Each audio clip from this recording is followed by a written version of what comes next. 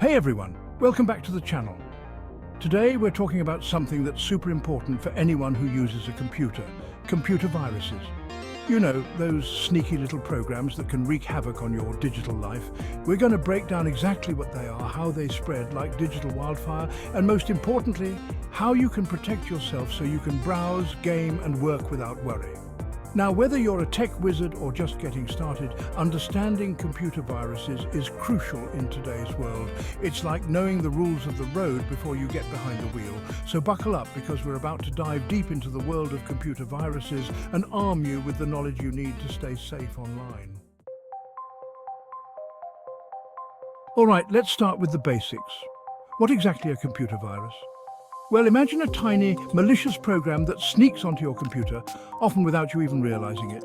It's like a digital intruder that can cause all sorts of chaos.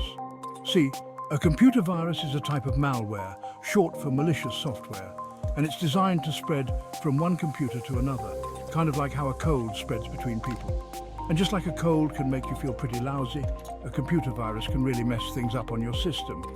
We're talking about deleting your files, corrupting your data, slowing your computer down to a crawl. You name it, a virus can potentially do it. Think of it like this: your computer operates on code, a set of instructions that tell it what to do. A virus injects its own nasty code into your computer system, essentially hijacking your computer's normal functions. It's like that person at a party who shows up uninvited and starts causing trouble. Now, there are different ways a virus can spread. The internet has become the main breeding ground for viruses. They can lurk in sketchy email attachments, hide in downloads from untrustworthy websites, or even piggyback on seemingly harmless software. So how do you know if your computer has caught a virus? Well, there are some telltale signs, some red flags that should make you sit up and take notice. First off, if your computer suddenly feels like it's stuck in slow motion, that's a major warning sign. Viruses can hog your computer's resources, making even simple tasks feel like an uphill battle. Another thing to watch out for is an onslaught of pop-up windows. You know those annoying ads that seem to take over your screen? Yeah, those could be a sign that your computer is infected. And speaking of annoyances, keep an eye out for programs that launch on their own without your permission. That's definitely not normal behavior. Also, if you find yourself getting logged out of your accounts frequently, that could be a sign that something fishy is going on. Viruses can sometimes steal your passwords and other sensitive information, so this is a big one to watch out for. And if your computer starts crashing more often than usual, that's another red flag. Viruses can interfere with your system's stability, leading to those dreaded blue screens of death. Oh, and here's a really sneaky one. Keep an eye on your email account. If you start seeing a bunch of emails being sent from your account that you didn't send yourself, that's a major red alert. All right, so we've talked about what computer viruses are and how to spot them. Now, let's dive a little deeper into how these digital pests actually spread. As I mentioned earlier, back in the day, floppy disks were the main culprits. You'd share a disk with a friend, not knowing it was infected, and boom, you just invited a virus to the party.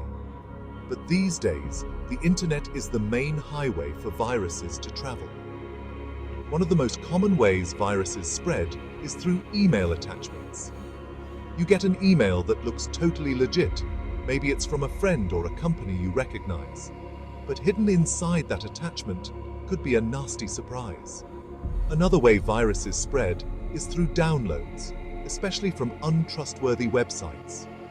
You know, those sites that just scream sketchy with their flashing banners and questionable content. Downloading anything from those sites is like playing Russian roulette with your computer's security. And then there's social engineering, which is a fancy way of saying tricking people into installing viruses themselves. Now, just like there are different types of illnesses, there are also different types of computer viruses, each with its own unique way of wreaking havoc. Let's take a look at some of the most common types you might encounter. First up, we have the resident virus. This sneaky devil embeds itself deep within your computer's memory, meaning it's always lurking in the background even if you delete the original infected file. It's like a digital shadow that's hard to shake off. Next, we have the multi-partite virus, a real overachiever in the virus world. This one spreads in multiple ways, through files, through your computer's network, you name it. It's like a virus on steroids. Then there's the direct action virus, which is all about instant gratification. As soon as you open the infected file, this virus jumps into action, replicating itself and spreading to other files before you can say malware. And let's not forget about the browser hijacker, the master of annoyance. This virus loves to mess with your web browser, changing your homepage, redirecting you to unwanted websites, and generally making your online experience a nightmare. We also have the overwrite virus, a particularly nasty piece of work. This one overwrites the contents of your files, corrupting your data and potentially making it unrecoverable. It's like a digital shredder that tears through your precious files. And then there's the web scripting virus, which loves to exploit vulnerabilities in websites to spread itself. It's like a digital graffiti artist, leaving its mark all over the internet. And of course, we can't forget about the file infector, a classic in the virus world. Now, there's a lot of talk about viruses in the digital world, but not everything that causes trouble on your computer is actually a virus. There are a lot of misconceptions floating around, so let's clear up some confusion and separate the real viruses from the imposters. First up, we have Trojan horses, often confused with viruses, but they're not quite the same thing. Think of a Trojan horse as a wolf in sheep's clothing. It disguises itself as a legitimate program or file, tricking you into downloading or installing it. But once inside, it unleashes its malicious payload, which could be anything from stealing your data to giving hackers remote access to your computer. Next, we have worms, which are often mentioned in the same breath as viruses. Worms are similar to viruses in that they can replicate themselves and spread to other computers. But unlike viruses, which need to attach themselves to a program or file to spread, worms can spread independently, often exploiting vulnerabilities in your operating system or network. They're like digital nomads, traveling from one system to another, leaving a trail of chaos in their wake. Then there's ransomware, a particularly nasty piece of malware that's been making headlines lately.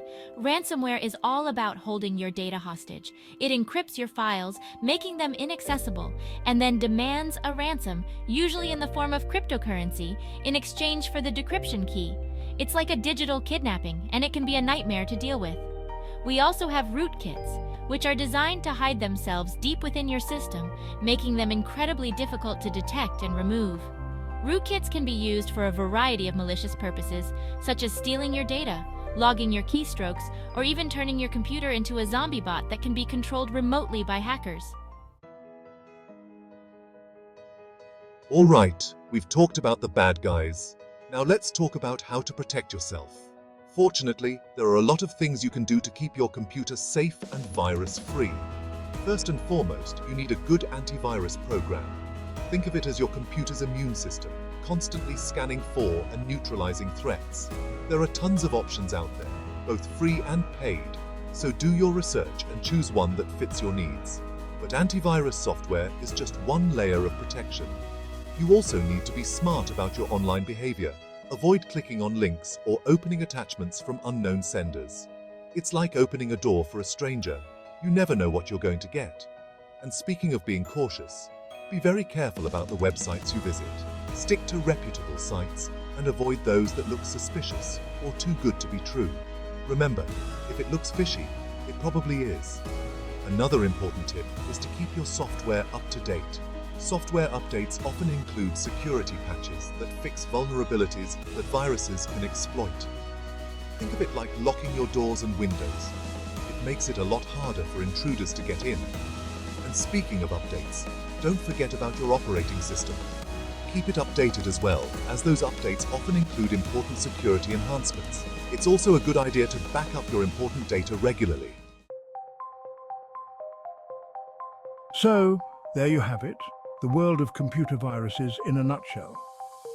We've covered a lot of ground today, from what viruses are and how they spread to the different types of viruses you might encounter, and how to protect yourself. The key takeaway here is that knowledge is power. The more you know about computer viruses, the better equipped you'll be to protect yourself and your valuable data. Thanks for watching. I hope this video helped you understand the ins and outs of computer viruses and how to keep your digital life safe. If you found this video helpful, make sure to give it a thumbs up and subscribe for more tech tips and insights. Remember, knowledge is your best defense in the digital world, so stay informed, stay vigilant, and keep those viruses at bay. Stay safe out there, and I'll see you in the next video.